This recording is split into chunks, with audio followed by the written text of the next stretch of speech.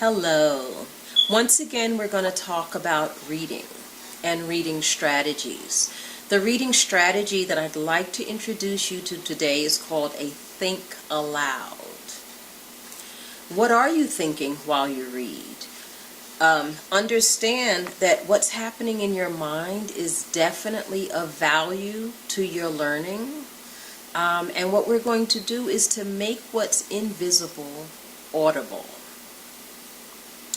What I'm going to do is to speak my thoughts as they occur in interaction with the text.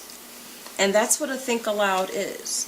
Since when I read, I have thoughts, what I want to do is to stop and actually say them out loud as I'm reading out loud right now. But usually you're reading quietly, you're having thoughts.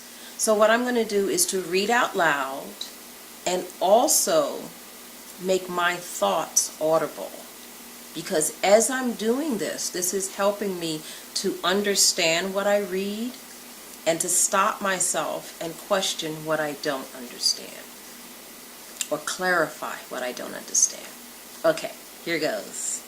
I'm reading from chapter 12. Chapter 12, we're talking about cardiovascular disease. And the title of the paragraph that I'm reading is atherosclerosis. Okay, here goes. Atherosclerosis. Whoosh, what a word. Atherosclerosis. Okay. It starts arteriosclerosis. Wait a minute. Arteriosclerosis is different from atherosclerosis. Okay. Arteriosclerosis, which is thickening and hardening of the arteries, is a condition that underlies many cardiovascular health problems and is believed to be the biggest contributor to disease burden globally. Cardiovascular refers to heart and lungs. Arteriosclerosis, thickening and hardening of the arteries. Okay. Atherosclerosis is a type of arteriosclerosis. Oh, I see. It's a type of arteriosclerosis, and it's characterized by deposits of fatty substances, cholesterol, cellular waste products, calcium, and fibrin. Fibrin is a clotting material in the blood, and all of these are in the inner lining of an artery. Okay. Hyperlipidemia. Okay. This is abnormally high blood levels of lipids.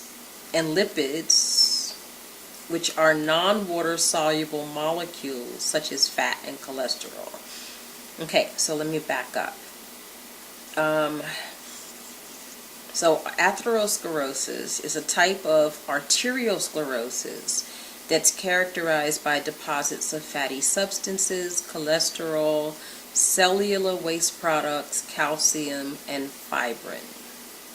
Fibrin is a clotting material in the blood. And all of these are in the inner lining of an artery. Okay. Hyperlipidemia, which is abnormally high blood levels of lipids, which are non-water soluble molecules like fats and cholesterol. This is a key factor in the process, and the resulting buildup is referred to as plaque. As plaque accumulates, these fatty substances adhere to the inner lining of the blood vessels.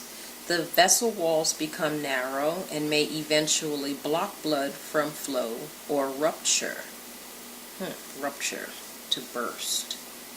So the blood vessels can actually burst. Okay. This is similar to putting your thumb over the end of a hose while water is running through it. Pressure builds within arteries just as pressure builds in a hose. If the arteries are weakened and pressure persists, the artery may become weak and eventually burst. So that's how that happens. Fluctuation in the blood pressure levels within arteries may actually damage their internal walls, making it even more likely that plaque will accumulate. Okay, so as I read this, not only do I think about what I'm thinking and say it out loud, I also question what I'm reading in an effort to understand and to clarify for myself. What I would like you to do is, as you're reading this chapter, I want you to pick a paragraph, any paragraph, that may be uncomfortable or confusing to you. Read the paragraph out loud as well as to read your thinking. Or not read your thinking, but as well as to verbalize your thinking, so that you can hear out loud what you're thinking, what's giving you trouble, and how you attempt to clarify it for yourself. After you finish practicing that think aloud, I'd like you to go to your journal, and for journal number 4, I'd like you to talk about how you felt doing this. Did that clarify that passage or that paragraph that you wrote? And how is this going to help you as you're reading? If you use this reading technique, how will it help you? And was it helpful for you right now in understanding what you just read? Okay, talk to you later.